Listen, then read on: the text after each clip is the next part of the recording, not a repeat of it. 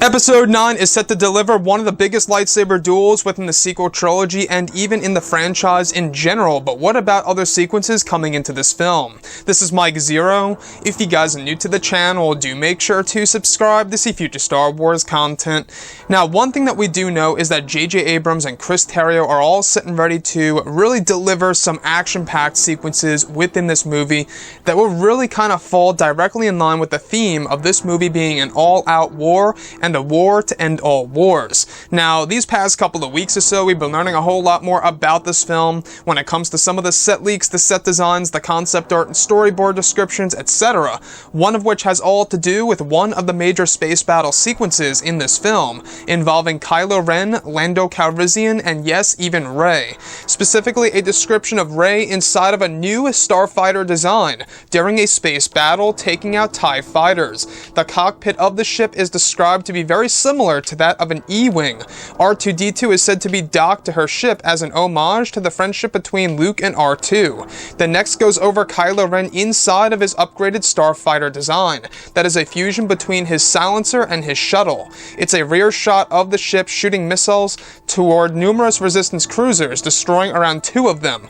Eventually, his ship drops an explosive onto a resistance cruiser that acts in a similar way to a seismic charge, ripping the ship to pieces.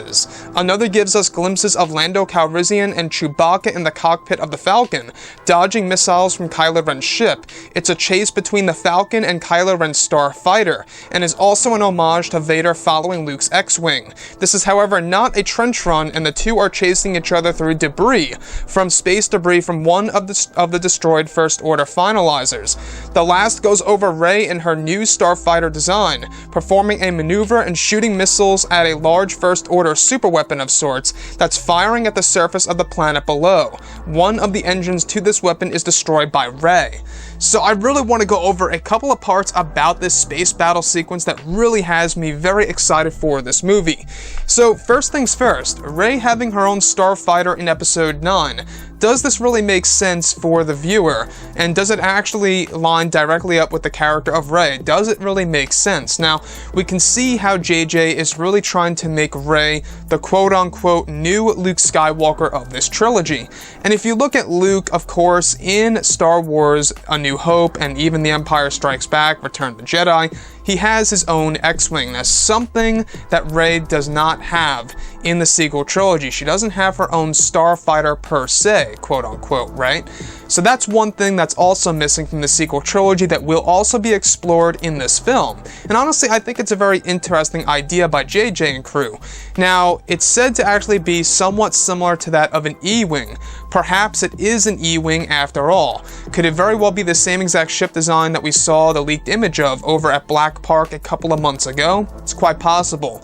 Now, the other thing that I do want to go over is this chase between the Falcon and Kylo Ren's new starfighter design, which is said to be a fusion between his traditional shuttle and his TIE silencer. And it's also said to be an homage between the chase of Vader and Luke Skywalker within the trench run of the Death Star 1 in A New Hope.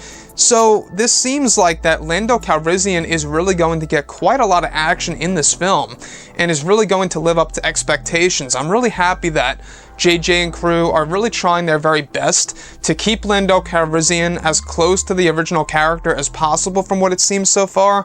They're really trying to just make him, you know, kind of get in the whole fight of things, kind of similar to what he did in Return of the Jedi during the Battle of Endor above the actual moon. So the other one that I do want to go over that's really interesting to me is how the last actually goes over Rey and her starfighter, performing a maneuver and shooting missiles at large First Order superweapons, and one of the engines are destroyed on one of those superweapons. Now, I believe that these are going to be the world devastators in this film, because it has been described before in the past that there are multiple ones, and that they are actually boxy/square in design, and each one of them have 4 different engines and a blaster in the middle that fires down upon the surface of a planet. I don't know, guys, but to me it sounds like the world devastators are coming into play here in episode 9, or at least are going to be lightly inspired by that design. Now, you see, if we look at The Last Jedi, the one thing that I had a real issue with that space battle in that movie by Rian Johnson was The space battle was just too slow-paced. They were basically just Resistance bombers standing in the middle of nowhere within space, taking hits by TIE fighters and just blowing up. Now sure, we got that sequence in which Poe Dameron takes out the Dreadnought, but we never got a real space battle in the sequel trilogy, quote-unquote, per se, right? Nothing like how it was in the original trilogy. And that's one thing that I think a lot of fans are going to respect by JJ and, of course, Chris Terrio in this movie. Something very fast-paced, action-packed, a lot of starfighters fighting other starfighters and getting destroyed. Lots of super weapons here and there that are completely different than that of the Death Star and the Starkiller base itself. Anyways, guys, drop a comment below. Let me know what you think about all of this in the comments. And if you guys did enjoy the content for today, do make sure to drop a thumbs up on this video to support the channel. I thank you all so very much for the kind support, and I'll catch you guys next time. Gun